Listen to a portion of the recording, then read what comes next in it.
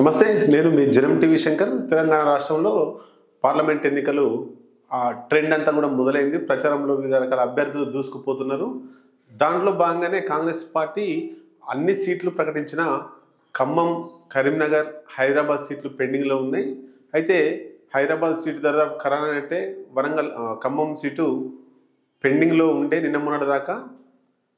ఇప్పుడు దాని మీద ఉన్నటువంటి చిక్కుముడి వీడిపోయింది. AICC all India Congress party ఇచ్చినటువంటి షాక్కు మల్లు బట్టి విక్రమార్క ఇబ్బందులకు గురే అవకాశం ఉంది. అంటే జోష్లో పొంగులేటి ఉన్నాడు, పొంగులేటి శ్రీనివాసరెడ్డి మంత్రి, తెలంగాణకు సంబంధించినటువంటి. షాక్లో డిప్యూటీ సీఎం బట్టి విక్రమార్క ఉన్నాడు. మరి ఆయన ఎందుకు జోష్లో ఉన్నాడు?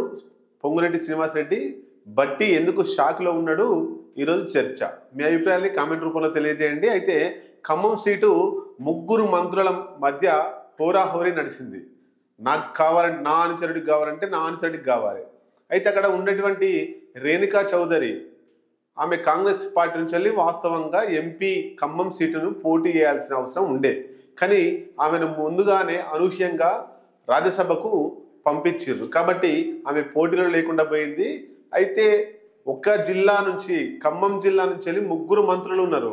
డిప్యూటీ సీఎం మల్లు బట్టి విక్రమార్క మదిర నుంచి వెళ్ళి ఎమ్మెల్యేగా ఉన్నాడు. పొంగులేటి శ్రీనివాసరెడ్డి ఖమ్మం నుంచి వెళ్ళి ఉన్నాడు. అట్లాగే పాలేరు నుంచి వెళ్ళి తుమ్మల నాగేశ్వరరావు మంత్రిగా ఉన్నాడు. ఈ ముగ్గురు మంత్రులుగా ఉన్నారు. తుమ్మల నాగేశ్వరరావు తన వాళ్ళకు కావాలని, ఖమ్మం టికెట్ కావాలని ఆయన, పొంగులేటి శ్రీనివాసరెడ్డి తన తమ్ముడికి లేదా వియంకుడికి కావాలని ఆయన పట్టు మీద ఉన్నాడు. డిప్యూటీ సీఎం తన భార్య అయినటువంటి మల్లు నందినికి టికెట్ కావాలని ఆయన పట్టు మీద ఉన్నాడు. ఇదంతా కూడా పెద్ద చర్చ. రాష్ట్ర రాజకీయాల్లో ముగ్గురు మంత్రుల మధ్య పెద్ద చర్చ నడిచింది. రాజకీయ వర్గాల్లో చర్చ నడిచింది. కాంగ్రెస్ పార్టీలో చర్చ జరిగింది. మొత్తం మీద ఈ ముగ్గురు మంత్రుల మధ్య ఉన్నటువంటి హోరాహోరిని ఏఐసిసి గమనించి ఈ సీట్ని పెండింగ్ పెట్టింది చివరి వరకు. అయితే ఏం చేసిండో ఏమో తెలియదు కానీ పొంగులేటి శ్రీనివాసరెడ్డి ఏఐసిసితో లాబియింగ్ చేసిండు. ఆ లాబియింగ్ ఫలితమే ఆయన వియ్యంకుడు అయినటువంటి ఖమ్మం సీటు పొంగులేటి శ్రీనివాసరెడ్డి వియ్యంకుడు ఆయనకు రామ సహాయం రఘురామ్ రెడ్డికి టికెట్ వచ్చింది. అంటే ఈ ఎవరైతే పొంగులేటి శ్రీనివాసరెడ్డి ఉన్నాడో ఆయన వియ్యంకుడికే వచ్చింది. కాబట్టి ఈయన జోష్లో ఉన్నాడు. అటు బట్టి విక్రమార్క అట్లాగే ఇంకో మంత్రి తుమ్మల నాగేశ్వరరావు ఇద్దరు షాక్లో ఉన్నారు.